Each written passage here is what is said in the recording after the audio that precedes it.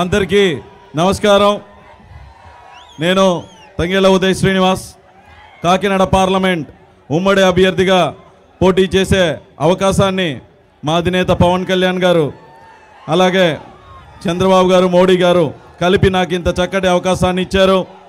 నేను మీలాగే ఒక మధ్యతరగతి కుటుంబంలో పుట్టి పెరిగి 25,000 మందికి ఉపాధి కల్పించి మీ ఇంట్లో ఒక అన్నలాగా ఒక తమ్ముళ్లాగా మీ ఇంట్లో ఒక బిడ్డలాగా ఉండే ఒక సాటి మధ్యతరగతి కుటుంబం నుంచి వచ్చిన వ్యక్తిని ఈరోజు పార్లమెంట్ అభ్యర్థిగా నేను నుంచుంటున్నాను అంటే దానికి కేవలం కారణం మన అధినేత పవన్ కళ్యాణ్ గారు. అలాగే ఈ కాకినాడ పార్లమెంట్లో ఎన్నో వనరులు ఉన్నాయి. పోర్ట్ ఉంది, అభివృద్ధి చేయరు. పోర్టు ఎయిర్పోర్ట్ ఉంది, రోడ్డు వేయరు. రైల్వే ఎక్స్టెన్షన్ లైన్ని పట్టించుకోరు. ఎస్ఈజెడ్ ఉంది, ఎస్ఈజెడ్ని అసలు పట్టించుకోరు. ఎస్ఈజెడ్ కనుక వాళ్ళ చిత్తశుద్ధితో దాన్ని పూర్తి చేసి పరిశ్రమలు తీసుకొస్తే కాకినాడ పార్లమెంట్లో మాత్రం సుమారు 6 లక్షల మందికి ఉద్యోగం కల్పించే అవకాశం ఉంది. కానీ వాళ్ళు ఆ ఎస్ఈజెడ్ని కూడా ఒక సొంత రియల్ ఎస్టేట్ ల్యాండ్ లాగా వాడటం తప్ప ఇంకా దేనికి ప్రయోగించటం లేదు దాన్ని. అలాగే ఏలేరు శుద్ధగడ్డ ఆధునీకరణకు స్వయానా ముఖ్యమంత్రి వచ్చి 175 కోట్లు ఇస్తాను అని చెప్పి హామీ ఇచ్చి ఇప్పుడు వరకు కూడా ₹1 కూడా దానికోసం కేటాయించలేదు. అంటే రైతులు ఏమైపోయినా ఆయనకి పర్వాలేదు. ఇక్కడ జగనన్న ఇల్లు అని చెప్పి సుమారు 20 లక్షలు ఖరీదు చేసే భూమిని అర కోటి 50 లక్షలు పెట్టుకొని దాన్ని అలాగే వదిలేశారు. అంటే వీళ్ళకి రాష్ట్ర ఖజానాకి రావాల్సిన సొమ్ము అంతా కూడా వాళ్ళ సొంతంగా వాడేసి వాళ్ళ లాభాల కోసం తీసేసుకుని రాష్ట్రాన్ని అప్పుల పాలు చేసేశారు. అప్పుల పాలు చేయటం వల్ల మనకి ఎంత నష్టం వస్తుంది అంటే 8 సార్లు కరెంటు బిల్లు పెంచి మన దగ్గర ఎక్కువ వసూలు చేస్తున్నారు. రోడ్లు వేయటానికి డబ్బులు లేవు, ఉన్నత విద్య ఇవ్వటానికి డబ్బులు లేవు, రైతులకి పంట నష్టం ఇవ్వటానికి డబ్బులు లేవు. పంట నష్టం అని ఎంత ఏడ్చినా సరే ₹1 ఇవ్వటం లేదు. వాళ్ళ రంగులు మార్చుకోవటానికి మాత్రం 2,500 కోట్లు ఉంది.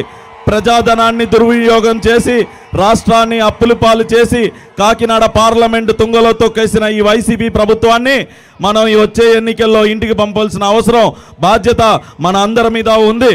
అందుకనే వచ్చే ఎన్నికల్లో ఈ జగ్గంపేట అసెంబ్లీ నియోజకవర్గం నుంచి జ్యోతుల నెహ్రూ గారికి సైకిల్ గుర్తు పైన ఓటు వేసి అత్యధిక మెజారిటీతో గెలిపించాలని, అలాగే మీ ఇంట్లో ఉండే ఒక అన్న ఒక తమ్ముడు మీ బిడ్డ తంగెళ్ళ ఉదయ్ శ్రీనివాస్ అనే నన్ను గాజు గ్లాస్ గుర్తుపై ఓటేసి మీ అందరూ పార్లమెంటుకి పంపిస్తారు.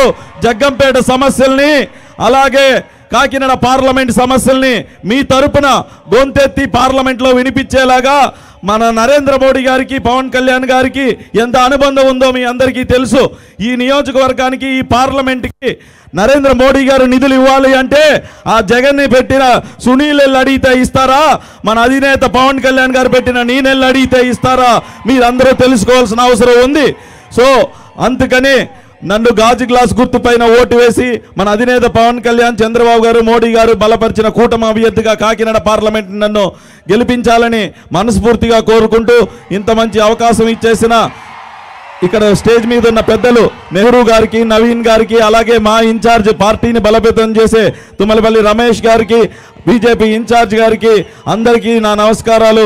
ఇక్కడికి వచ్చేసిన జన సైనికులకి బీజేపీ నాయకులకి తెలుగుదేశం నాయకులకి కార్యకర్తలకి అందరికీ కూడా నా హృదయపూర్వక ధన్యవాదాలు తెలియజేసుకుంటూ సెలవు తీసుకుంటున్నాను. జై హింద్. ఎప్పుడెప్పుడు అని ఎదురు చూస్తున్నటువంటి ఈ జన సంద్రానికి ఒక దశ దిశ నిర్దేశించేటటువంటి మన నాయకుడు, వీరోచిత పోరాట యోధుడు, త్యాగశీలి, ఆంధ్ర రాష్ట్రం యొక్క అభ్యున్నతి కోసం తన యావత్ జీవితాన్ని పణంగా పెట్టి ఇవాళ రాజకీయాల్లోకి వచ్చినటువంటి ఒక మహోన్నతమైనటువంటి వ్యక్తిత్వం కలిగినటువంటి వ్యక్తి పవన్ కళ్యాణ్ గారిని మాట్లాడాల్సిందిగా కోరుతూ వారి ఆశీస్సులు మాకు ఇవ్వాల్సిందిగా మరీ కోరుకుంటూ వారిని మాట్లాడాల్సిందిగా కోరుకుంటున్నా.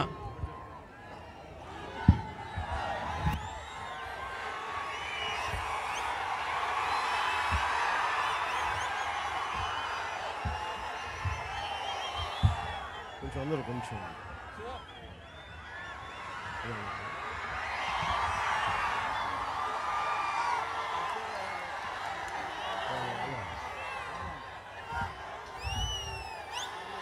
కిర్లంపూడి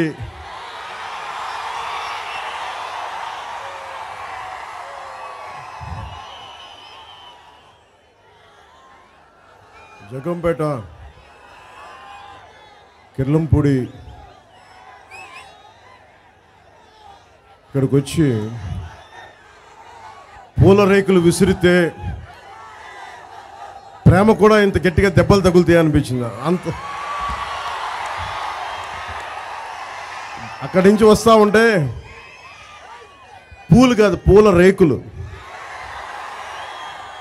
రేకులకి ఒళ్ళు శిథిలం అయిపోయింది. మీ ప్రేమకు కూడా ఒళ్ళు దెబ్బలు తింటుందని ఇప్పుడే నాకు అర్థం చేసుకున్నా.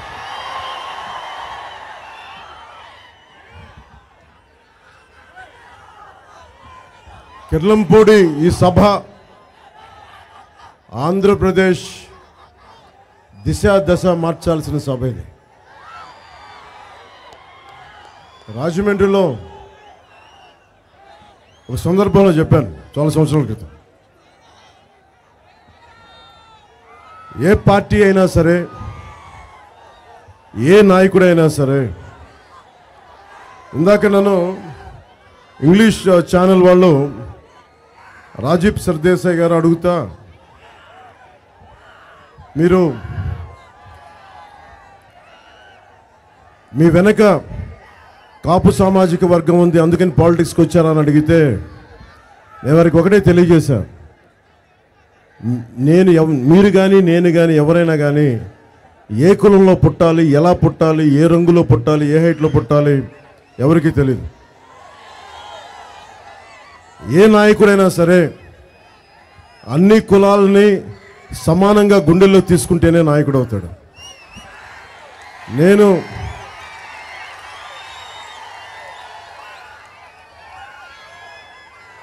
కష్ట నష్టాలు ఉంటాయి, ఆర్థిక అసమానతలు ఉంటాయి, సామాజిక అసమానతలు ఉంటాయి.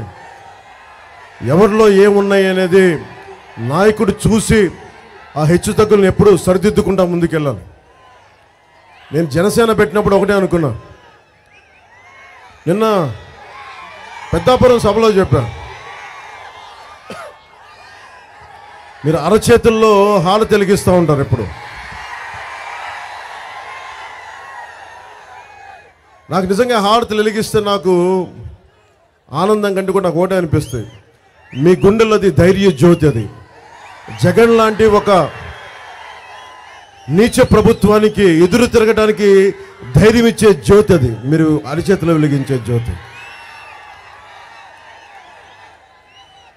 ప్రత్యేకించి నాకు ఈ అవకాశాన్ని ఇచ్చిన జ్యోతుల్ నెహ్రూ గారికి, టీడీపీ తెలుగుదేశం పార్టీ నుంచి సైకిల్ గుర్తు మీద ఎమ్మెల్యే అభ్యర్థిగా పోటీ చేస్తున్న జ్యోతుల్ నెహ్రూ గారికి నా హృదయపూర్వక నమస్కారాలు.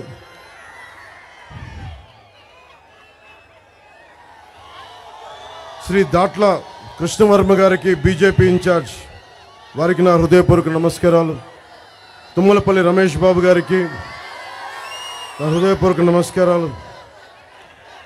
నాతో పాటు ఈ వేదిక పైన ఉన్న నాయకులందరికీ, నాయకురాళ్ళందరికీ కూడా నా హృదయపూర్వక నమస్కారాలు.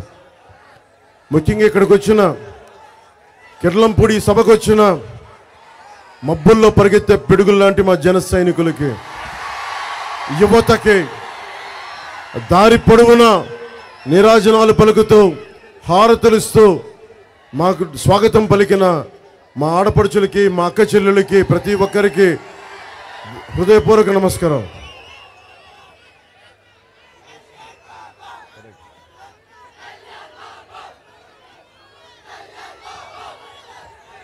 మీరందరూ మాట్లాడితే ఎప్పుడు ఒక స్లోగన్ వినిపిస్తూ ఉంటుంది ఎక్కడికి పోయినా కానీ, అరటిపండు తొక్క, అరటిపండు తొక్క.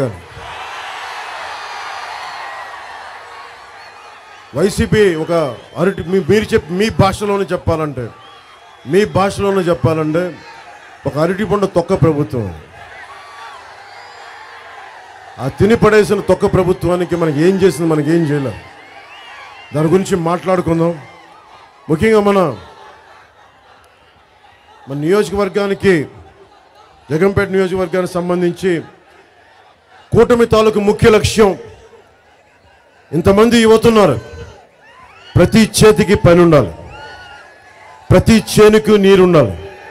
ఇదే భారతీయ జనతా పార్టీ, తెలుగుదేశం, మన జనసేన తాలూకు కూటమి లక్ష్యం.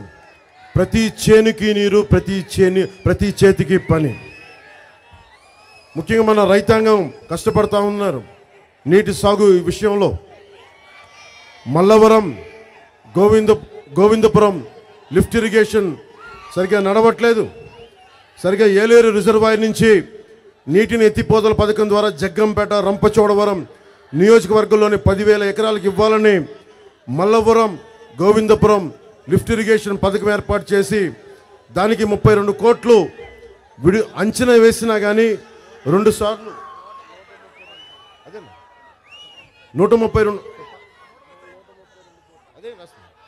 132 కోట్లు అంచనా వేసినా కానీ 2 సార్లు శంకుస్థాపన చేశారు, కానీ నిధులు ఇవ్వలేదు. పుష్కర ఎత్తిపోతలకి నిధులు ఇవ్వడం లేదు.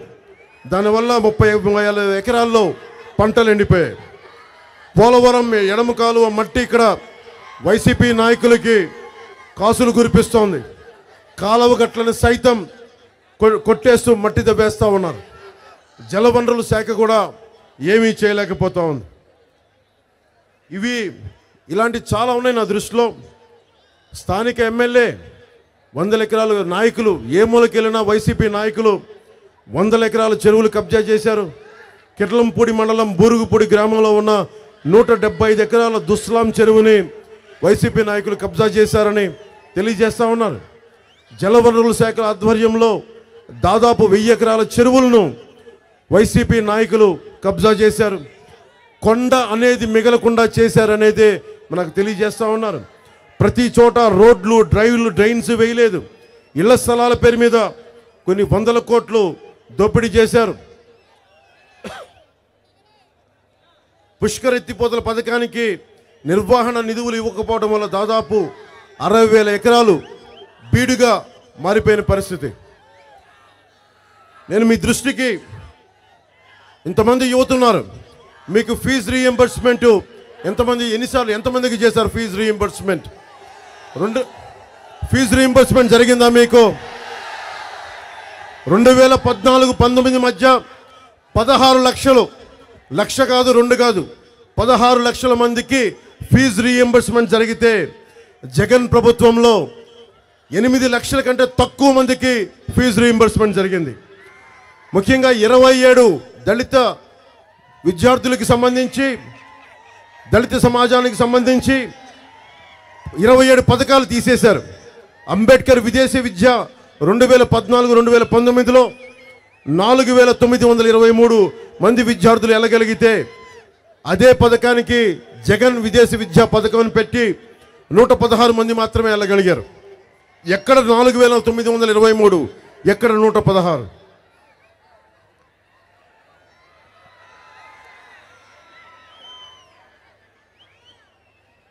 ఎస్సీ సామాజిక వర్గానికి ఉచిత విద్యుత్ అని చెప్పి మోసం చేశారు.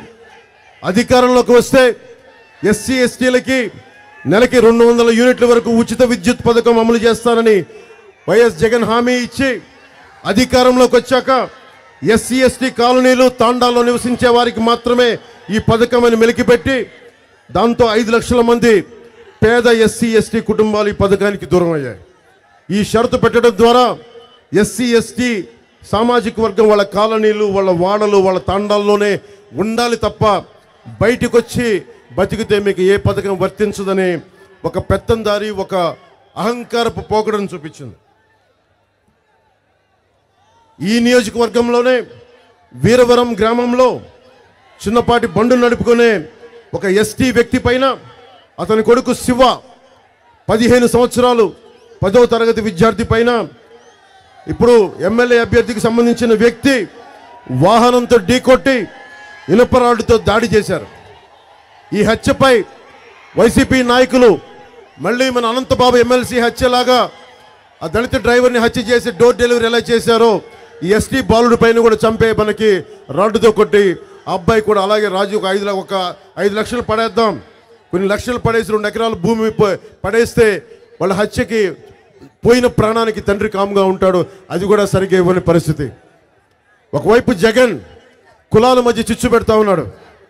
మీరందరూ చాలా చాలా జాగ్రత్తగా ఆలోచించుకోవాలి. సమాజం ఒక్క కులం పైన నడవదు. సమాజం ఒక్క కులం మీద నిర్మాణం జరగదు. సమాజానికి చాలా అన్ని కులాలకి బాధ్యత ఉంది.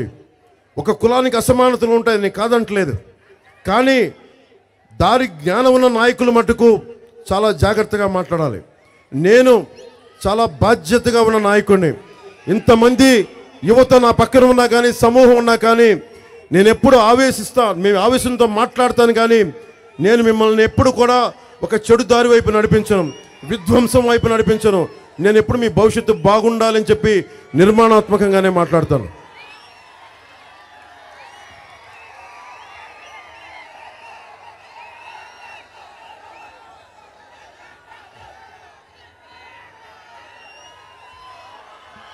జ్యోతుల నెహ్రూ గారిని కూటమి అభ్యర్థిగా తెలుగుదేశం పార్టీకి గెలిపించగానే మనం గతంలో శాంక్షన్ అయిన కిర్లంపూడి డిగ్రీ కాలేజ్ని ప్రారంభించలేదు, దాన్ని ముందుకు తీసుకెళ్తాం. ఏలూరు ఆధునీకరణని జగన్ ప్రభుత్వం ఆపేసింది, దానిని ముందుకు తీసుకెళ్తాం. ఏలేరు నది పైన తిమ్మాపురం టు కృష్ణవరం బ్రిడ్జిని శాంక్షన్ చేసిన ప్రభుత్వం రద్దు చేసింది, దాన్ని ముందుకు తీసుకెళ్తాం. 132 కోట్ల డబ్బులు శాంక్షన్ చేసి కూడా పథకానికి 50 పనులు చేస్తే జగన్ ఈ ప్రభుత్వం పనిని ఆపేసింది. కిర్లంపూడి గ్రామంలో ఇళ్ల స్థలాల కోసం కోర్టు పెండింగ్లో ఉన్న స్థలం ఎక్విజిషన్ చేసి వైసీపీ నాయకులు కోట్ల రూపాయలతో ఫిల్లింగ్ చేసి కోర్టు పెండింగ్లో ఉన్నందున ఇళ్ల స్థలాలు ఇవ్వలేదు. ఆ ఇళ్ల స్థలాలను ఇప్పించే బాధ్యత కూటమి ప్రభుత్వం తీసుకుంటుంది. పుష్కర ఎత్తిపోతల పథకంలో అంతర్భాగమైన తాళ్ళూరు లిఫ్ట్ ఇరిగేషన్ పైపులు పాడైపోయి 3 సంవత్సరాలు అవుతున్నా రిపేర్కి నోచుకోపోవడం వల్ల ఈ సంవత్సరం దాదాపు 30,000 ఎకరాలు నీరు లేక ఎండిపోవడం, నష్టపోయిన రైతాంగానికి కూటమి ప్రభుత్వం రాగానే సాగునీటికి ఇబ్బంది కలగకుండా, తాగునీటికి ఇబ్బంది కలగకుండా ప్రతి రైతుకి, ప్రతి రైతు కూలికి, ప్రతి కౌలు రైతుకి మేము బలంగా నిలబడతాం. దాదాపు కొన్ని వేల మంది రైతులకి, 2,000 మంది పైగా రైతులకి నేను సొంత నిధులు, పార్టీ నిధుల నుంచి దాదాపు ఒక్కొక్క కౌలు రైతుకి 1,00,000 రూపాయలని నిలబడి ఇచ్చాను. రైతాంగానికి చెప్తా ఉన్నాను, ముఖ్యంగా ఆంధ్రప్రదేశ్ రైతాంగానికి, ప్రస్తుతం ఇక్కడ మనకి ఉమ్మడి తూర్పుగోదావరి జిల్లాలో ఉన్న రైతాంగానికి నేను మాటిస్తున్నాను. నాకు రైతు అంటే కన్నీరు పెడితే నాకు బాధ కలుగుద్ది. రోజు అన్నం ముద్ద తినేటప్పుడల్లా నాకు రైతు పడ్డ కష్టం గుర్తొస్తాయి. అందుకే కౌలు రైతు వేలాది మంది చనిపోతూ ఉంటే నా వంతు కృషిగా 1,00,000 రూపాయలు ఇచ్చి నేను ఒకటే చెప్పాను, నా 1,00,000 రూపాయల వల్ల ప్రాణాలు తిరిగి రాకపోవచ్చు, కష్టాలు తీరకపోవచ్చు, కానీ నా మనసును ఆవిష్కరింపజేస్తున్నా, నేను మీకోసం ఉన్నానని చెప్పడానికి.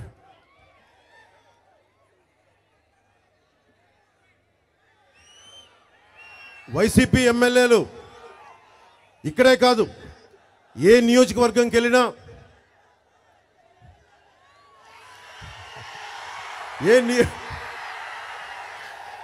ఏ నియోజకవర్గంకి వెళ్ళినా ఎక్కడ పట్టినా దోపిడీ, ఇసుక దోపిడీ, మట్టి కనిపిస్తే తినేస్తూ ఉన్నారు. అలాగే రైతు కష్టాల మీద ఎవరన్నా మాట్లాడితే, ముఖ్యంగా ఇక్కడ గండేపల్లి మండలం రామాయపాలెంలో రైతులని బూతులని తిట్టిన విషయం కూడా నా దృష్టిలో ఉంది. గోకవరంలో జలవనరుల శాఖ స్థలంలో ఎమ్మెల్యే అనుచరులు ఏ విధమైన పర్మిషన్ లేకుండా లాడ్జి కూడా కట్టిన సందర్భం నా దృష్టిలో ఉంది. నాకు ఒకటే అనిపిస్తుంది, పేదలు ఇల్లు కట్టుకోవాలంటే పర్మిషన్లు ఉండవు, ఒక యువకుడు వచ్చి ఉపాధి అవకాశాలు వ్యాపారం పెట్టుకోవాలంటే పర్మిషన్లు ఉండవు. కానీ అడ్డగోలుగా వైసీపీ నాయకులకి పర్మిషన్ లేకుండా లాడ్జీలు కూడా కట్టేసుకునే పరిస్థితి. ఇది మారాలి అంటే కేవలం కూటమి ప్రభుత్వం వస్తే సరిపోదు, మీరు ఓటేస్తే సరిపోదు. యువత భవిష్యత్తు మీది. మీరు ఎగురుతూ ఉన్నారు, దండాలు పెడతా ఉన్నారు, చొక్కాలు తీస్తారు, ఎర్ర జెండాలు మనకి ఎర్ర తువ్వాళ్ళు ఎగరేస్తారు. ఈ రోజున కూటమి ప్రభుత్వం ఉంది, కూటమి ప్రభుత్వం రాబోతుంది. కానీ మీరు మీ భవిష్యత్తును కనుక మీ చేతుల్లో తీసుకోకపోతే, మీరు ఎమ్మెల్యేలని మీరు మీ హక్కుని మీరు తీసుకోకపోతే ఎవ్వరు కూడా మీకు వదిలేసి వెళ్ళిపోతారు. నేను మీకు మాటిస్తున్నాను, నేను ఒక కూలీలాగా పనిచేస్తాను మీకోసం. ఇప్పుడు దాకా చాలామంది నాయకులను చూస్తుంటారు, చాలామంది నాయకుల్ని. నేను ఈ రోజున మీకు మాటిస్తున్నాను, భవిష్యత్తులో కూడా నా అంత కష్టపడే నాయకుడు లేకుండా అహిర్నిశలు మీకోసం కష్టపడతాను. నాకేముంది, ఇందాక జ్యోతుల్ నెహ్రూ గారు చెప్తున్నారు, 2019 నుంచి మొన్న భీమలా నాయక్ రిలీజ్ దాకా మీకు తెలుసు, నేను నిజంగా సినిమాల్లో ఉండాలంటే బోళ్ళంత డబ్బు, దాదాపు 70 కోట్ల పైన ట్యాక్స్ కట్టాను ఈ 5 సంవత్సరాల్లో. అంత డబ్బు సంపాదించగలను. కానీ నాకు కష్టం ఏమనిపిస్తుందంటే, సినిమాల్లో ఒక మార్పుని తీసుకురావడం ఈజీ, 3 గంటల సినిమాల్లో అన్ని మార్పులు తీసుకురావడం ఈజీ.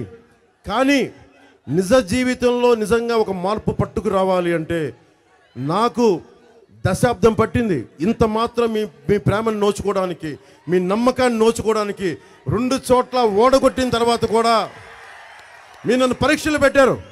నేను అర్థం చేసుకుంటా, నేను నిలబడతా. మీరు ఒక చిన్నపాటి స్కిల్ కావాలి అంటే, ఒక డాక్టర్ కావాలంటే 5 సంవత్సరాలు చదువుకోవాలి, ఒక ఇంజనీరింగ్ కావాలంటే 5 సంవత్సరాలు చదువుకోవాలి, ఏదైనా పోస్ట్ గ్రాడ్యుయేషన్ చేయాలంటే ఇంకొక 2 సంవత్సరాలు చదువుకోవాలి. నాకు తెలుసు. అలాంటిది ఇన్ని కోట్ల మందికి సంబంధించిన భవిష్యత్తుని ఒక పార్టీని నడిపే వ్యక్తి నేను ఎలా నమ్మాలి? గతం 2008లో పార్టీ ప్రారంభించి మీరు ఆప్ చేసేశారు అన్న భావన నాకు తెలుసు. నేను ఒకటి పని ప్రారంభిస్తే నా కంఠంలో ప్రాణం పోవాలి, కానీ నేను పని అయితే ఆపను. నేను ముఖ్యంగా మనకి జగ్గంపేటలో రవాణా, చిరు వ్యాపారులు, ఫుట్పాత్ వ్యాపారులకి కూటమి ప్రభుత్వం అండగా ఉంటుంది. మీకు మైక్రో ఫైనాన్సింగ్, మీకు డైలీ ఫైనాన్స్లో మీకు ఇబ్బంది కలగకుండా నేను రేపు పొద్దున కూటమి ప్రభుత్వంతో మాట్లాడి, ఈ రోజున మేనిఫెస్టోలో వచ్చేది కాదు 30 తారీఖున నేను మీ గొంతుని పిఠాపురం నుంచి నేను పోటీ చేస్తున్నాను. నా గళాన్ని వినిపిస్తాను. మీ కష్టాలకి, మీ నష్టాలకి, రైతు పెట్టే కన్నీరికి, సాగునీరికి, ఉపాధి అవకాశాలకి, యువతకి ఉపాధి అవకాశాలకి, మహిళలకి సంరక్షణకి, మహిళలకి ఉపాధి అవకాశాలకి ఏదైనా సరే నేను మీకు జనసేన పార్టీ అండగా ఉంటుంది. మన తెలుగుదేశం, భారతీయ జనతా పార్టీతో కలిసి ఉన్న కూటమి ప్రభుత్వానికి నేను సగటు మనిషి గొంతు జనసేన అసెంబ్లీలో వినిపిస్తాను.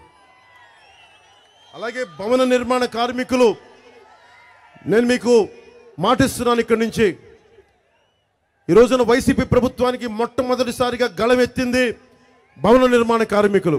నా దగ్గరకు వచ్చారు, 30-40 మంది దాకా చనిపోయాం.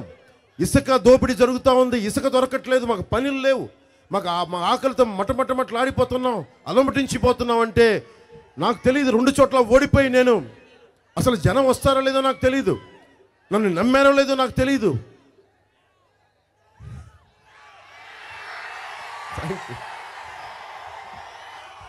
నమ్మారో లేదో తెలియదు. సో 2019 ఆగస్టులో నా భవన నిర్మాణ కార్మికుల కోసం నేను బయటకు వచ్చాను. బయటకు వస్తే వైజాగ్ ఎయిర్పోర్ట్లో కూడా చెప్పారు, సార్ ఇంకా దిగద్దు, అప్పుడే మీరు బయటికి రావద్దు, జనం లేరన్నారు. నేను ఒకటే చెప్పాను, 50 మంది ఉన్నారని అడిగారు. 50 మంది మన వాళ్ళు ఉన్నారా అని అడిగారు. 50 మంది ఉంటే చాలన్నాను. నాకు సంఖ్యతో బలం సంబంధం లేదు, నాకు గుండె బలంతో ఉన్న పట్టుమని 10 మంది ఉంటే చాలు, నేను నడిపేస్తాను. రోడ్డు మీదకి వెళ్ళి వైజాగ్ సెంటర్లో దిగ్గానే ముందు 1000 మంది ఉన్నారని చెప్పారు, అది 10,000 మంది అయ్యారు. చూస్తుండగా 25,000 మంది అయ్యారు. కొద్దిసేపట్లో 50, 1,00,000 వెళ్ళిపోయింది. ఒక మానవ సునామీ వచ్చింది. అంటే జనసేన నిలబడితే ఎంత నమ్మకం ఉందో ఓడిపోయిన 6 నెలలకే నాకు అర్థం చేశారు. ఆ రోజు అందరూ చెప్పారు, అన్నా మేము తప్పు చేశాం, నీ వెంట నిలబడలేకపోయాం, ఈసారి నిలబడతామంటే నేను ఒకటే చెప్పా, మీరు నిలబడకపోయినా నాకు తెలుసు మీ కష్టాలు. వకీల్ సాబ్లో చెప్పాను, వారు నిలబడకపోయినా నేనైతే నిలబడతాను. అది సినిమా డైలాగ్ కాదు, అది నా గుండె లోతులోంచి వచ్చింది. నేను 2 చోట్ల ఓడిపోయినా ఎందుకు నిలబడి ఉన్నానంటే, నేను లోక్నాయక్ జయప్రకాష్ నారాయణ స్ఫూర్తిగా తీసుకున్న వ్యక్తిని. అలాగే షెగువరాని స్ఫూర్తిగా తీసుకున్న వ్యక్తిని, ఒక నాని పాల్కీవాలా, ఒక బాబాసాహెబ్ అంబేద్కర్, చాలామంది మహానుభావులు స్ఫూర్తినిస్తే సినిమాల్లోకి రాకముందు నాకు సినిమా గురించి తెలియదు. నాకు మన పెద్దలు ఇక్కడ కిర్లంపూడిలో ఉండే పెద్దలు కూడా అంటూ ఉన్నారు, సినిమా నటులకి ఏం తెలుసని. వారి మీద సంపూర్ణ గౌరవం ఉంది. ఇది కూడా చెప్తున్నాను మీకు. సినిమా నటులకి ఏమి, ఆ సినిమా నటులు మనుషులు కాదా? సినిమా నటులకి ప్రేమ ఉండదా? సినిమా నటులకి సామాజిక బాధ్యత ఉండదా? నేను సినిమాల్లోకి రావాలని అనుకోలా, నాకు కుదిరింది అంతే. కానీ నేను నేర్చుకుంది చిన్నప్పటి నుంచి స్వామి వివేకానంద మా నాన్న ఒకటే చెప్పాడు, ఇనప కండరాలు, ఉక్కు నరాలు, వజ్రం లాంటి సంకల్పం ఉన్న యువతి దేశానికి కావాలి అంటే మా నాన్న చెప్పిన మాటలు నాకు గుర్తుండిపోయి నేను స్వామి వివేకానంద కోరుకున్న ఒక యువకుల్లో ఒకడైతే చాలు అన్న ఒక చిన్న సంకల్పం నన్ను ఇక్కడ దాకా పట్టుకొచ్చింది. అది అయ్యానో లేదో కూడా నాకు తెలియదు, అది అవుతానో కూడా లేదు నాకు తెలియదు, కానీ నిలబడగలను, పోరాటం చేయగలను. అలాగే ముఖ్యంగా రవాణా రంగం ఎక్కువ ఉంది జగ్గంపేటలో. చిరు వ్యాపారులు కానీ, ముఖ్యంగా రవాణా రంగం, ఆటో డ్రైవర్స్కి కానీ మీకు 10,000 వాహన మిత్ర పథకం ఇచ్చి మిమ్మల్ని వదిలేస్తున్నారు. రోడ్లు గుంతలు, డబ్బులు ఇవ్వరు. 1000 కోట్లు ట్రాఫిక్కి వాడు జగన్ అనే వ్యక్తి ఇది ఇచ్చాడు, ఒక టార్గెట్ ఇచ్చాడు. రవాణా రంగం నుంచి ఫైన్ లేసి నాకు 1000 కోట్ల రూపాయలు కావాలని. మీ దగ్గర నుంచి మీరు కాకి చొక్కా వేసుకోకపోతే మనకి ఆటో డ్రైవర్లు వాళ్ళ దగ్గర వసూలు చేసి, చిన్నపాటి వైలేషన్ ఉంటే వసూలు చేసి, రోడ్లు వేయకుండా మీకు డబుల్ మెయింటెనెన్స్ అయిపోయి మీ కష్టంలో నుంచే మీకు 10,000 రూపాయలు ఇస్తా ఉన్నాడు. ఇలాంటి పరిస్థితులన్నీ మారుతాయి. చక్కటి రోడ్లు వేయిస్తాం, అన్ని రహదారులని బాగా చేస్తాం, ఒడిదుడుకులు లేని రవాణా వ్యవస్థ, రోడ్లు, అలాగే సాగునీటి సమస్యలు, తాగునీటి సమస్యలు, ఉపాధి అవకాశాలన్నీ కూటమి ప్రభుత్వం తీర్చేలా బాధ్యత తీసుకుంటాం. ముఖ్యంగా మనకి 20 బెడెడ్ హాస్పిటల్ ఉంది. మనకు కావాల్సిన 50 to 100 బెడెడ్ హాస్పిటల్ కావాలి. దానికి primary health care, secondary health care, tertiary health care, ఇవన్నీ బాధ్యత కూటమి ప్రభుత్వం తీసుకుంటుంది.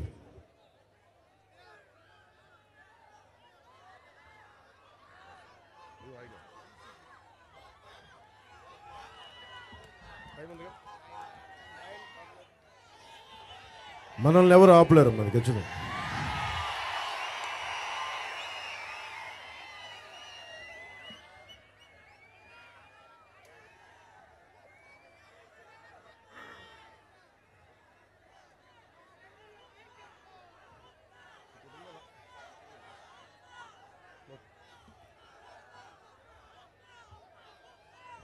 వైసీపీ నాయకులు ఒకటే మాట్లాడుతూ ఉన్నారు.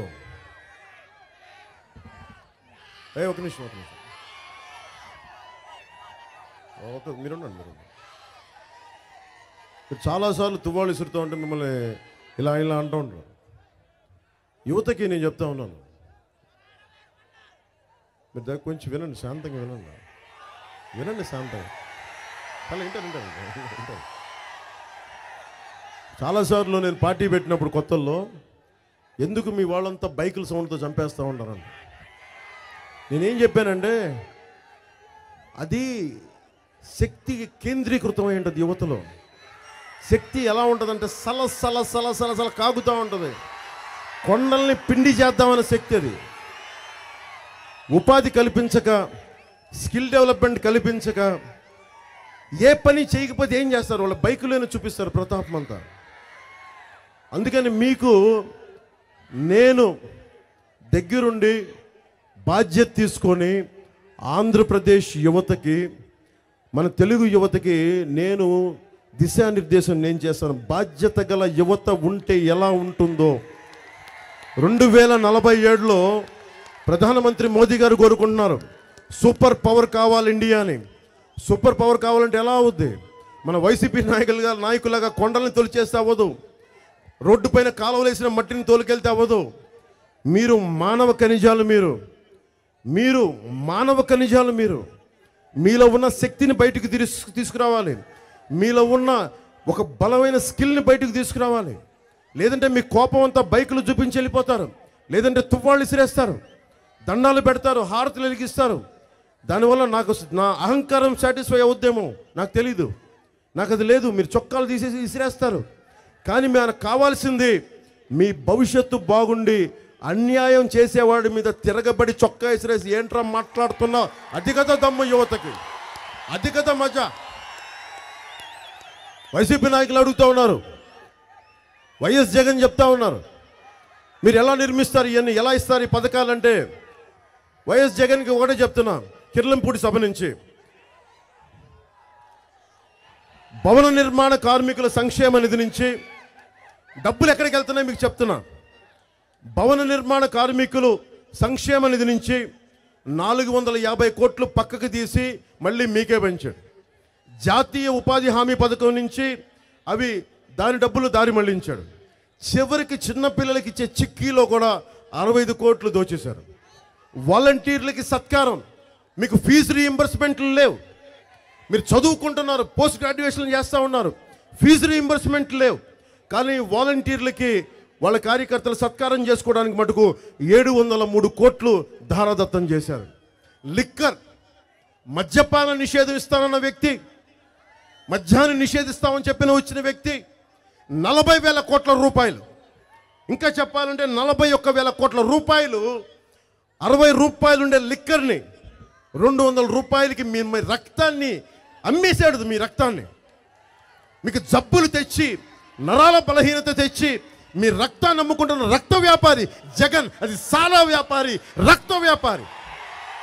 మీ రక్తాన్ని అమ్ముకుంటూ అది తను చేసేది సేవలని చెప్తా ఉన్నాడు. మీకు రీయింబర్స్మెంట్ లేదు. కానీ వైసీపీ భవనాలకి, ప్రభుత్వ భవనాలకి వైసీపీ రంగులు వేసినందుకు 1,300 కోట్ల రూపాయలు ఖర్చు చేశారు. రంగులు తీసినందుకు 1,000 కోట్ల రూపాయలు ఖర్చు చేశారు. ఇసుక దోపిడీ 40,000 కోట్లు. పంచాయతీలకి నిధులు లేవు, రోడ్లు లేవు. ఎందుకంటే వాళ్ళ నుంచి 8,000 కోట్లు అడ్డగోలుగా మళ్లించేశారు. డబ్బు ఎక్కడికి వెళ్తుంది? రోడ్లు వేయగలరా? మిథున్ రెడ్డి, పెద్దిరెడ్డి, వైఎస్ జగన్, వైవి సుబ్బారెడ్డి, వారి వైసీపీ నాయకులు అందరూ కలిసి ఈ దోపిడీ మీకు కనిపించట్లేదా? అందరూ ఈరోజు కూర్చోబెట్టి నన్ను ఎన్ని మాట్లాడినారు. అందరూ దశాబ్ద కాలంగా నేను ఎన్ని సీట్లు తీసుకోవాలో చెప్పారు, ఏం చేయాలో చెప్పారు. ఇదే మనకి జగ్గంపేటలో నేను కులాల గురించి చాలా తక్కువ మాట్లాడతాను. ఎందుకంటే నాకు అన్ని కులాలు బాగుండాలని కాంక్షించేవాడిని. స్వామి వివేకానందని గుండెలో ప్రతిష్ఠించుకున్నవాడిని, అంబేద్కర్ని గుండెలో స్ఫూర్తిగా పెట్టుకున్నవాడిని. 70లో ఎమర్జెన్సీ ఉద్యమం మీద పోరాటం చేసిన లోక్నాయక్ జయప్రకాష్ నారాయణ స్ఫూర్తిని పొందిన వ్యక్తిని. అలాంటి వ్యక్తులను పెట్టుకొని నేను సమాజంలో అసమానతలు ఉన్నాయి, కులాల్లో అసమానతలు ఉన్నాయి. ఎవరు మాట్లాడారు? ఇంతమంది వైసీపీ నాయకులు ఉన్నారు. ఒక దళితుడిని చంపేసి డోర్ డెలివరీ చేస్తే ఒక్కళ్ళు మాట్లాడరు. భయం. ఎక్కడికి పోయినా ఏదైనా మాట్లాడితే కేసులు పెడతారు. ఎస్టీ కుర్రోని ఇందాక చెప్పాను, శివాని ఎస్టీ కుర్రోని చంపేశారు ఇదే నియోజకవర్గంలో. ఎవరు మాట్లాడరు. నేను ఒక కులానికి పనిచేసేవాడిని ఇంత ధైర్యంగా నేను మాట్లాడను. ఎస్సీ సామాజిక వర్గం కూడా మీరు అడగాలి, వైసీపీ నాయకులు మీరు అడగాలి, వైఎస్ జగన్ని మీరు అడగాలి, చలమలశెట్టి సునీల్ వస్తే చలమలశెట్టి సునీల్ని అడగాలి, వైసీపీ ఎమ్మెల్యేని అడగాలి. మీరు ఎందుకు నీకు ఓట్లు వేయాలి? దళితుల్ని డోర్ డెలివరీ చేసినందుక, మద్యపానం నిషేధిస్తామని చెప్పి మద్యపానాన్ని అమ్ముతున్నందుక, మా ఆరోగ్యాన్ని పాడు చేస్తున్నందుక, మాకు ఫీజు రీయింబర్స్మెంట్లు ఇవ్వనందుక, మాకు ఇసుక దొరకనివ్వకుండా చేసినందుక, మాకు భవన నిర్మాణ కార్మికుల సంక్షేమ నిధిని దోచేసినందుక దేనికి ఓటేయాలి? బీసీ సామాజిక వర్గాలకు సంబంధించి స్థానిక పంచాయతీల్లో 34% రిజర్వేషన్లు ఉంటే దాన్ని 24% తగ్గించినందుకు అని చెప్పి బీసీ సామాజిక వర్గాలు అడగాలి. ఈ రోజున కుటుంబ ప్రభుత్వం బీసీ రక్షణ చట్టాన్ని పట్టుకొచ్చింది. దేనికి పట్టుకురావాల్సి వచ్చింది? బీసీ సామాజిక వర్గాన్ని జగన్ ప్రభుత్వం దాదాపు 8,000 9,000 కేసులు పెట్టి వేధించేశారు. ముఖ్యంగా బాపట్ల నియోజకవర్గంలో, మనకి తెనాలిలో బాపట్ల, అక్కడ ఒక అమర్నాథ్ అనే ఒక యువకుని మన తెనాలి సభలో కూడా చెప్పాను. చెరుకు తోటలకు తీసుకెళ్లి పెట్రోల్ వేసి కాల్ చేశారు బీసీ సామాజిక వర్గానికి చెందిన యువకుడిని. ఇవన్నీ చేస్తే ఒక్కరు న్యాయం చేయలా. ఏదైనా మాట్లాడితే కూర్చోబెట్టి మన కోనసీమలో, అంబేద్కర్ కోనసీమలో నేను మొన్నదే చెప్పాను, సర్ ఆర్థర్ కాటన్ని గుండెల్లో పెట్టుకొని పూజించే తూర్పు గోదావరి జిల్లా ఇది. అలాంటిది మహానుభావుడైన అంబేద్కర్ కోనసీమ జిల్లా పేరు పెడితే ఎవరన్నా దాన్ని ఆక్షేపణ తెలియజేస్తారా? గొడవలు పెట్టడానికి కోనసీమలో దేవాంగులని, శెట్టి బలిజలని, మిగతా మత్స్యకారులని వారిపైన అకారణంగా కేసులు పెట్టారు. ఇవన్నీ చూసే రాష్ట్రం మొత్తం మీద చూసే బీసీలకి రక్షణ చట్టం పట్టుకొచ్చారు. అందుకని నేను ఒకటే కోరుకుంటున్నా, మిగతా కులాలు ఏమైపోవాలి? ఇలా ప్రతి కులానికి మనకి ఇలాగా చేసుకుంటూ వెళ్ళిపోతే జగన్ విచ్ఛిన్నం చేస్తూ ఉన్నాడు. ఇదే జగన్ జగ్గంపేట నియోజకవర్గంలో ఇక్కడికి వచ్చి కాపులకి నేను రిజర్వేషన్లు ఇవ్వనొచ్చి పొండి అన్నాడు. అది రైట్ ఆ రాంగ్ అని పక్కన పెట్టండి. మీరు ఒక మాట మాట్లాడితే అలాంటి ఈ రోజున కాపు సామాజిక వర్గానికి చెందిన ఎమ్మెల్యేలను అడుగుతా ఉన్నా, కాపులకి రిజర్వేషన్లు ఇవ్వని వ్యక్తికి మీరు ఎలా ఆ పార్టీలో కూర్చొని మద్దతు చెప్తారు? ఎలా చెప్తారు మీరు? ఏ బేసిస్లో చెప్తారు మీరు? ఎలా చెప్తారు మీరు? సరే, ఇవ్వలేదు, అతని పాలసీ అతనికి ఉంది అనుకుందాం. మరి ఎకనామికల్లీ బ్యాక్వర్డ్ క్లాస్ 5% రిజర్వేషన్ ఎందుకు తీసేశావు? వైసీపీ కాపు సామాజిక వర్గానికి చెందిన ఎమ్మెల్యేలు కానీ, చలమలశెట్టి సునీల్ కానీ ప్రతి ఒక్కరు అడగాలి. మీరు అడగాలి, కాపులు ఎందుకు ఓటు వేయాలి మీకు? కనీసం రిజర్వేషన్ గురించి పక్కన పెట్టండి. రిజర్వేషన్ ఇవ్వాలని కేంద్ర ప్రభుత్వం పరిధిలో ఉంది. ఇది ఈబీసీ మటుకు రాష్ట్ర పరిధిలో ఉంది. ఓకే, 5% ఇవ్వడానికి కష్టంగా ఉంది. 2%, 1%, 3, 2, 4, కనీసం కాపులు 0.5% కూడా నోచుకోలేరా ఎకనామికలీ బ్యాక్వర్డ్ క్లాస్ రిజర్వేషన్కి? ఆర్థిక పరంగా వెనకబడ్డ కాపులకి మీరు 0.5% కూడా ఇవ్వని ఈ వైసీపీ ప్రభుత్వానికి కాపు సామాజిక వర్గానికి చెందిన ఎమ్మెల్యేలు ఎందుకు ఓట్లు వేయాలి? మీరందరూ వాళ్ళు వస్తే నిలదీయండి వాళ్ళని.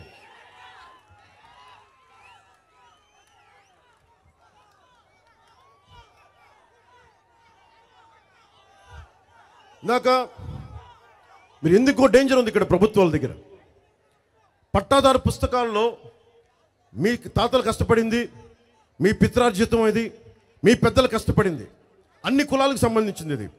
మీకు 1/2 ఎకరం భూమి ఉందా, చిన్నపాటి ఒక ఇంటి మనకి స్థలం ఉన్నా కానీ వైసీపీ ప్రభుత్వం వచ్చి ఇప్పుడు కొత్తగా ఎలక్షన్ సమయంలో 4 రోజులకి మొత్తం డిస్క్లైజ్ చేసేసింది. స్టాంప్ పేపర్లు కూడా ఉండవంట. మీరు కూర్చోబెట్టి మొత్తం డిస్క్లైజ్ చేసేసింది.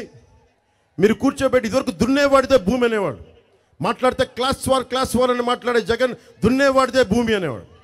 ఇప్పుడు మీరు దున్నని భూమి, రేపు పొద్దున మీరు వైసీపీకి ఓటేస్తే, వైసీపీకి కనుక మీరు ఎవరన్నా ఓటు వేస్తే దున్నని భూమి వైసీపీది జగన్ది అయిపోతుంది. మీరు ఉండని ఇల్లు వైసీపీకి వెళ్ళిపోతుంది. ఇది గుర్తుపెట్టుకోండి, దున్నని భూమి వైసీపీకి వెళ్ళిపోతుంది. ఇది జీవో. ఈరోజు మొత్తం 4 రోజులు వచ్చింది జీవో. వాళ్ళు మన హక్కు ఇది. జగన్ తాత ముళ్ళ ఇది, జగన్ తాత సొమ్మ ఇది. ఎవరిది సొమ్ము? ఎవరిది నేల? ఎవరిది నేల? మనదా జగందా? ఎవరిది నేల? మనదా జగందా? ఎవరికి హక్కు ఉంది? రాజ్యాంగం అందరికీ కల్పించిన హక్కు ఇది. రాజ్యాంగం అందరికీ కల్పించింది. జగన్ ఇవ్వాల పథకాలు కానీ, సంక్షేమ పథకాలు కానీ, ఇది రాష్ట్ర ఆదేశక సూత్రాల్లో, స్టేట్ డైరెక్టివ్ ప్రిన్సిపల్స్లో అది ఇవ్వబడింది మనకి. అంబేద్కర్ రథసారథిగా ఉన్న రాజ్యాంగంలో స్టేట్ డైరెక్టివ్ ప్రిన్సిపల్స్లో ఉంది. ఈ సంక్షేమ పథకాలు అందులో రాసుంది. జగన్ కొత్తగా కనిపెట్టినవి కాదు ఇవి. దామోదరం సంజయ్ గారు ఓల్డేజ్ పెన్షన్ ఆయన ప్రారంభించారు. ఇది జగన్ మీరు నమ్మకండి. రేపు వస్తే దున్నని భూమి, మీ దున్నని భూమి జగన్ అయిపోద్ది. మీరు ఉండని ఇల్లు జగన్ అయిపోద్ది. వాటికి మీ సింపుల్ మీకంటే జెరాక్స్ కాపీలు ఇస్తాడంటే మీకు రేపు పొద్దున మీ పసుపు కుంకుమలకు మీ బిడ్డలకి ఏమిస్తారు? రేపు పొద్దున మీకు తాకట్టు పెట్టాలంటే బ్యాంకుల్లో ఒరిజినల్ పత్రాలు, డాక్యుమెంట్స్ లేకుండా ఎలా ఇస్తారు? ఇలాంటి దోపిడీ చేస్తూ ఉన్నాడు. వైసీపీ మద్దతుదారులు కూడా చెప్తున్నాను, మీరు గుడ్డిగా మనకు జగన్ వెళ్ళారా ఈసారి? మీరు మొత్తం సమూలంగా మీ ఆస్తులను కూడా తాకట్టు పెట్టేస్తాడు. ఇది దయచేసి గుర్తుపెట్టుకోండి.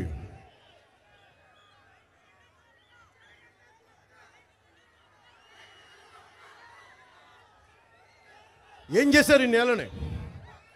పనిచేసే అవకాశాలను తీసేశాడు జగన్. పనిచేసే అవకాశాలను తీసేశాడు. పనిచేసే అవకాశాలను తీసేశాడు. పనిచేసే అవకాశాలు తీసేసి మనకి అందరికీ గాంజాయి అలవాటు చేశాడు. ఇళ్లల్లో దీపాలు ఆర్పేశాడు. మద్యపానంతో తాళిపొట్లు తెంపేశాడు. లక్షల లీటర్ల మద్యం మన పిఠాపురంలో కూడా చూశారు. 1,27,00,000 మద్యం దొరికింది పిఠాపురంలో. ఏరులై పారుతా ఉంది మద్యం. ఎన్ని కోట్లు, ఎన్ని వందల కోట్లు మీరు ఆలోచించుకోండి. ఏరులై పారుతా ఉంది. అలాగే కన్నీరు పారుతా ఉంది ఈ దేశంలో. గోదావరి నది ఎలా ప్రవహిస్తుందో ఆడవాళ్ళు కన్నీళ్లు, కష్టాలు అలా ప్రవహిస్తున్నాయి. కన్నీళ్ళు ఆ రూపంలో వెళ్తూ ఉన్నాయి.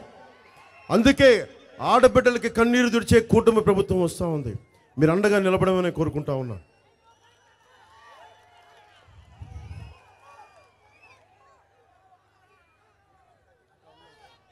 నాకు దారిలో వస్తూ ఉంటే పోలీస్ శాఖ నాతో మాట్లాడుతూ ఉన్నారు. దాదాపు సరెండర్ లీవ్స్ కింద టీఏల కింద డిఏల కింద ఈ ప్రభుత్వం 750 కోట్లు ఇంకా పోలీస్ కుటుంబాలకు ఇవ్వాలి. వీళ్ళ చేత ఊడిగం చేయించుకుంటారు. రాత్రి పగలు తోమేస్తారు. వారాంతపు సెలవులు ఉండవు. నాకు తెలుసు మా నాన్న ఎంత కష్టపడేవాడు. ఉద్యోగ కొడుకుని నాకు తెలుసు మా నాన్న కష్టం. అందుకే అర్థం చేసుకోగలను. ఉద్యోగులకు కూడా నేను హామీ ఇస్తున్నాను. చంద్రబాబు గారికి కూడా చెప్పాను. కాంట్రిబ్యూటరీ పెన్షన్ స్కీమ్ని అసెంబ్లీలోకి అడుగు పెట్టగానే సంవత్సరం లోపు కాలంలో పరిష్కారం కనుక్కొని దానికి కాంట్రిబ్యూటరీ పెన్షన్ స్కీమ్ని ఎలా రివైవ్ చేయాలి, దానికి నిజంగా భద్రత ఎలా కల్పించాలనే దాని మీద నేను చంద్రబాబు గారితో మాట్లాడాను. అది కూడా రేపు పొద్దున మీకు మేనిఫెస్టోలో ఉంటుంది.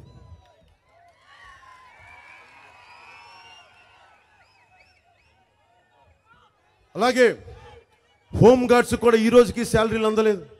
హోంగార్డ్స్కి మేము మాటిస్తున్నాం. నేను మీ కష్టాలు మీకు అండుగా ఉంటాం. కానీ ఈరోజు కూర్చోబెట్టి మీ ఓటుని కూడా మీరు ఆలోచించి ఓటేయండి. పోలీస్ శాఖ కానీ హోంగార్డ్స్ కానీ. అలాగే యువతకి మీ అందరికి అడుగుతారు, మీరు ఏ కులం అని అడుగుతారు. మీరు ఏం నేర్చుకోవాలి? చంద్రబాబు గారికి ఒకటే చెప్పా, కుల గణాంకాలు తీసేస్తాం. మీరు ఎస్సీనా, ఎస్టీనా, ఎస్సీలో ఏ ఉపకులం, ఎస్టీలో ఏ ఉపకులం, కాపులైతే మీరు ఏది, ఏ వర్గం, ఏ తెగలు, ఒంటర్ల, బలిజిల్లా, తెలగాల ఏదని అడుగుతారు. కానీ మీరు ముస్లింలు అయితే ఏ తెగ, దూదేకుల ఇలా అడుగుతారు. నేను అడుగుతుంది యువతను అడగాల్సింది, యువకులను అడగాల్సింది, వచ్చే తరాన్ని అడగాల్సింది. నీకేముంది స్కిల్? నువ్వు ఏం నేర్చుకోవాలనుంది? నీకు ఏం అవ్వాలనుంది? నీకు బిజినెస్ నేర్చుకోవాలనుందా? డబ్బులు సంపాదించాలనుందా? లేదంటే ఏదైనా పర్టికులర్ స్కిల్ కావాలా? ఇది ఎవడు అడుగుతాడు? 2047 కావాల్సింది ఈ ప్రశ్నలు కావాలి. ఒక దశాబ్దం కష్టపడితే తప్ప 2047కి దీనికి ఒక పరిష్కార మార్గం దొరకదు. అలాగే కూటమి ప్రభుత్వం రాగానే 50 సంవత్సరాలు నిండిన బీసీలకి నెలకి 4,000 పెన్షను 1వ తేదీన ఇంటి వద్దన అందజేస్తాం. స్కూల్కి వెళ్ళే ప్రతి విద్యార్థికి సంవత్సరానికి 15,000. ఎంతమంది విద్యార్థులు ఉంటే అంతమందికి తల్లికి అందజేస్తాం. సంవత్సరానికి 3 గ్యాస్ సిలిండర్లు అందజేస్తాం. ప్రతి రైతుకి సంవత్సరానికి 20,000 రూపాయల ఆర్థిక సహాయం చేస్తాం. ప్రతి మహిళకి నెలకి 1,500 అందజేస్తాం. మహిళలకు ఉచితంగా ఆటో డ్రైవర్లకు ఇబ్బంది కలగకుండా బస్సులో ప్రయాణం చేసే సౌకర్యం కల్పిస్తాం. పేదల కడుపు నింపడానికి అన్నా క్యాంటీన్లే కాకుండా మనకి తూర్పుగోదావరి జిల్లా అమ్మ సీతమ్మ మాకు అన్నం కావాలంటే లంక గ్రామాల నుంచి వస్తే అవి అర్ధరాత్రి పూట అపరాత్రి లేకుండా వండి పెట్టే డొక్కా సీతమ్మ క్యాంటీన్లను ప్రారంభిస్తాం. స్థానిక సంస్థల్లో ఎన్నికల్లో బీసీలకి 34% రిజర్వేషన్ కల్పిస్తాం. బీసీ, ఎస్సీ, ఎస్టీ, మైనారిటీ నిధుల్ని వారికే ఖర్చు చేస్తాం. ఎట్టి పరిస్థితుల్లో నిధుల్ని దారి మళ్లించకుండా బాధ్యత వహిస్తాం. చేతి వృత్తుల్ని, కుల వృత్తుల్ని పరిరక్షించడమే కూటమి తథ్యం. కూటమి అధికారంలోకి వచ్చిన వెంటనే మెగా డిఎస్సి విడుదల చేయిస్తాం. ప్రతి సంవత్సరం తప్పకుండా జాబ్ క్యాలెండర్ని విడుదల చేయిస్తాం. పరిశ్రమలు రావాలి, పెట్టుబడులు రావాలి. ఇవన్నీ రావాలి అంటే చాలా బలమైన నాయకత్వం కావాలి. చాలా బలమైన నాయకత్వం కావాలి. దోచుకునే నాయకత్వం కాదు, అవినీతిని ఆపే నాయకత్వం కావాలి.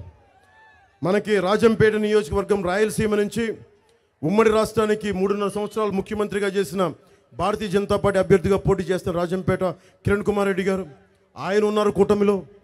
దాదాపు 14 సంవత్సరాలు ముఖ్యమంత్రిగా ఉన్న చంద్రబాబు గారు ఉన్నారు. దశాబ్ద కాలంగా ఓడిపోయిన నిలబడ్డ నేనున్నాను. ఒక్కళ్ళం కాదు, ఇద్దరం కాదు, ముగ్గురు ఉన్నాం. మా ముగ్గురి పైన ఢిల్లీలో నరేంద్ర మోదీ గారు ఉన్నారు. మేమందరం కూర్చొని పని చేస్తాం. నాకు అవసరం లేదు. ఒక ఇంపాసిబుల్ అలయన్స్ ఇది, అందరూ సాధించలేని కూటమి ఇది.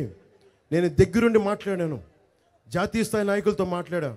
రాష్ట్ర విభజన జరిగినప్పటి నుంచి ఆంధ్రప్రదేశ్ నలిగిపోతూ ఉంది, యువత పారిపోతూ ఉన్నారు, వలసలు వెళ్ళిపోతున్నారు. 2 చేతులు పట్టుకొని మోడీ గారిని ఇదే అడిగాను, మాకు ఒక అలయన్స్ని ఇవ్వండి. ఓట్లు చీలకూడదు, ఓట్లు చీలడం నాకు స్వార్థం లేదు, నాకు ఏమీ అవ్వాలని లేదు, భవిష్యత్తు బిడ్డలకి బాగుండాలి, యువతీ యువకులకి బాగుండాలంటేనే కూర్చొని ఆయన చాలా ఆలోచన చేసి ఆఖరికి భుజం తట్టి ముందుకు తీసుకెళ్ళమని చెప్పారు. అంటే నేను ఎందుకు చెప్తున్నానంటే, ఎందుకు ఈ మాట చెప్తున్నానంటే, నేను నా మాట జగన్లాగా వెళ్ళి, సార్ నా మీద కేసులు ఉన్నాయి సార్, 32 కేసులు ఉన్నాయి సార్, వివేకానంద రెడ్డి గారిని మా దగ్గర వాళ్ళు ఏదో చేశారు సార్, వాళ్ళ నుంచి రక్షించండి సార్, సిబిఐని రానివ్వకుండా చేయండి సార్, అవన్నీ నేను అడగను. నేను అడిగేది ఏంటంటే, మా వాళ్ళకి ఉపాధి అవకాశాలు కావాలి సార్. నా 754 కిలోమీటర్ల తీరం ఉంది సార్, మా మత్స్యకారులకి ఏదన్నా ఒక జట్టీలు కావాలి సార్, ఉపాధి అవకాశాలు కావాలి సార్, పరిశ్రమలు కావాలి సార్, ఇవి నేను అడుగుతాను. అందుకనే మన గళం పోలవరం పూర్తి అవ్వాలి సార్. ఇవన్నీ వినిపించడానికే నేను మామూలు ఎంపీ అభ్యర్థిని పెట్టుకోవాలా. సగటు మనిషి, సగటు మధ్యతరగతి మనిషి కష్టపడి పైకి వచ్చాడు. 24,000 మందికి ఉపాధి అవకాశం కల్పించిన వ్యక్తి తంగెళ్ళ ఉదయ్ శ్రీనివాస్. 11,000 మందికి ఆడబిడ్డలకి దాంట్లో స్థానం కల్పించిన వ్యక్తి. 4,000 అవుట్లెట్లు స్టార్ట్ చేసిన వ్యక్తి. ఎవరా బిడ్డ? మన గోదావరి జిల్లా బిడ్డ, మనవాడు, కూర్చొని అండగా నిలబడేవాడు. ఉదయ్కి ఒకటే చెప్పాను ఇందాక పత్తిపాడు నియోజకవర్గం సభలో, మావాడు తప్పు చేసినా, మీరు ఎంపీగా గెలిపించి మావాడు తప్పు చేసినా మీ అందరి ముందు తీసుకొచ్చి ఇలా కూర్చోబెట్టి చేయబట్టుకు లాక్కొచ్చి ఎందుకు తప్పు చేసావో చెప్పి నిలదీస్తాను. మీకు నిలదీసే హక్కు ఉంది. నేను వదలను ఇతను కూడా. నేను మీరు ఎలా శల్య పరీక్షలు పెట్టుకుంటానో నా నాయకులను కూడా అలాగే పెట్టుకుంటాను. జ్యోతి నెహ్రూ గారి గురించి తెలుసు, వారు అండగా నిలబడతారు, వారి అనుభవం, వారి అబ్బాయి, మొత్తం తెలుగుదేశం నాయకత్వం అందరూ అండగా ఉండాలి. భారతీయ జనతా పార్టీ ప్రభుత్వం అండగా ఉంటుంది. ముఖ్యంగా ఇది కిర్లంపూడి కాబట్టి చాలామంది అడుగుతూ ఉంటారు, కాపు రిజర్వేషన్ గురించి మీ ఆలోచన ఏంటని. నా ఆలోచన చెప్తాను. రిజర్వేషన్లు అనేది నిజంగా ఎందుకు కోరుకుంటారు? రిజర్వేషన్లు అనేది మీరు చెప్పండి. ఆర్థికంగా ఉపాధి అవకాశాలు లేక, సామాజికంగా వెనుకబాటుతనం ఉండి కాపు రిజర్వేషన్లు ఎందుకు కోరుకుంటా ఉన్నారు అందరూ? ఆ ఉపాధి అవకాశాలు లేవు. అందరూ దారిద్ర్య దిగువన ఉన్న కాపులందరూ కూర్చొని మాకు రిజర్వేషన్ వస్తే బాగుంటుందని. నేను మాట్లాడేటప్పుడు నేను నిజంగా చెప్పాలి, ఒక కుల నాయకుడిని కాదు. నేను కాపు సామాజిక వర్గానికి చెందిన సమస్యని కూడా నేను చాలా తాత్విక దృష్టితో చూస్తాను, చాలా ఆబ్జెక్టివ్గా చూస్తాను. ఇందులో కష్టాలు ఏమున్నాయి, ఏమి చేయగలం. ఈ రోజున నన్ను తిట్టిన నాయకులందరూ కూడా ఏమన్నారు? నువ్వు కాపుల్ని తాకట్టు పెట్టేస్తున్నావు అన్నారు. నేను నా స్థాయికి కాపుల్ని తాకట్టు పెట్టే స్థాయి నాకుంటే నేను ఓడిపోతానా? మీరు చెప్పండి. ప్రభుత్వాన్ని స్థాపించలేనా? నాకు అంత స్థాయి ఉందని నేను అనుకోవట్లా. ఒకసారి నేను ఆ సామాజిక వర్గంలో పుట్టుండొచ్చు, కానీ నాకు భగవంతుడు ఇచ్చింది అంబేద్కర్ స్ఫూర్తి కానీ, స్వామి వివేకానంద స్ఫూర్తి కానీ, నేను పుట్టిన కులంతో సహా అన్ని కులాలని గుండెల్లో పెట్టుకొని చూసుకోవాలనేదే నా ఆకాంక్ష, నా ఆశ. రెల్లి కార్మికులు, రెల్లి సోదరుల్ని ఎందుకు హత్తుకుంటాం? మత్స్యకార సోదరులను ఎందుకు గుండెల్లో పెట్టుకుంటాను? రెల్లి సోదరులకు నేను ఒకటే చెప్పాను, అన్న మమ్మల్ని ఎవరు ముట్టుకోరంటే నాకు అవన్నీ తెలియదు, నాకు అంటరానితనం నాకు తెలియదు. దగ్గరికి తీసుకొని ప్రేమగా గుండెల్లోకి పట్టుకొని తీసుకున్నాను రెల్లి సోదరులు. కన్నీళ్ళు వచ్చి నాకు తెలియదు, దానివల్ల ఓట్లు పడతాయో లేదో తెలియదు, నాకు ఏం జరుగుతుందో లేదో తెలియదు. సాటి మనిషి మీద నాకున్న ప్రేమ అలాంటిది. కాపు రిజర్వేషన్ల సమయంలో 2014లో మనకి తుని సంఘటన జరిగినప్పుడు, జరగక ముందు నాకు చాలామంది ఇన్ఫర్మేషన్ ఇచ్చారు. రైల్లో దుర్ఘటనలు జరగబోతున్నాయి, రైలుని కాల్ చేయడానికి ఉన్నారని అందరికీ తెలుసు. ఏదో దుర్మార్గం చేయబోతున్నారు వైసీపీ నాయకులు. కాపు రిజర్వేషన్ల సమస్య వైసీపీ కనుసన్నల్లో జరిగింది. ప్రతి కాపు సామాజిక వర్గం ఓటేసినప్పుడు మీరు ఆలోచించండి, కాపు రిజర్వేషన్ ఉద్యమం వైసీపీ కనుసన్నల్లో జరిగింది. మీకు అన్యాయం చేశారు. ఇది మీరు ఆలోచించాలి. నా మాటల్ని గుడ్డిగా విని చప్పట్లు కొట్టకండి. ద్వారంపూడి చంద్రశేఖర్ రెడ్డి గారు, తిరుపతిలో ఉండే కరుణాకర్ రెడ్డి గారు, అందరు నాయకులు కూర్చొని రిజర్వేషన్ రాదని తెలిసినా కానీ ఎగదోసి ఎగదోసి ఎగదోసి ట్రైన్ని దుర్ఘటన జరిగేలా చేసి ఆ తుని దగ్గర ఉన్న కొబ్బరి తోటల్లో కిరాయి మోకల్ని పెట్టి రైలు దగ్ధం చేసిన తర్వాత కేసులు ఎవరి మీద పడ్డాయి? కేసులు ఎవరి మీద పడ్డాయి? అమాయకుల మీద పడింది కేసు. అమాయకుల మీద పడింది. జీవితాలు నలిగిపోయినాయి. ఒక ఉద్యమం ప్రారంభించినప్పుడు గుర్తుపెట్టుకోండి, నేను జనసేన ప్రారంభించినప్పుడు ఒకటే చెప్పాను, నేను 25 సంవత్సరాలు రాజకీయాల్లో ఉంటాను అని చెప్పాను. దశాబ్దం ఓడిపోయినా నిలబడి ఉన్నా. ఒక ఎంఆర్పిఎస్ ఉద్యమం ఉంది. మందకృష్ణ మాదిక్ గారే ఉన్నారు. ఏబిసిడి వర్గీకరణ జరగాలి అని ఆయన ఒక మాట చెప్తే ఆయన కింద పడ్డాడు. 2.5 దశాబ్దాల నుంచి నలుగుతానే ఉన్నాడు ఆయన. ఈ రోజున ప్రధానమంత్రి గారు పక్కన కూర్చొని ఆ వర్గీకరణ గురించి ఆయన మద్దతు తెలిపే స్థాయికి తీసుకొచ్చారు. అలాగే తెలంగాణ ఉద్యమం ఉంది. మాకు తెలంగాణ సపరేట్ రాష్ట్రం కావాలి అంటే దానికి ఉద్యమం చేపట్టారు.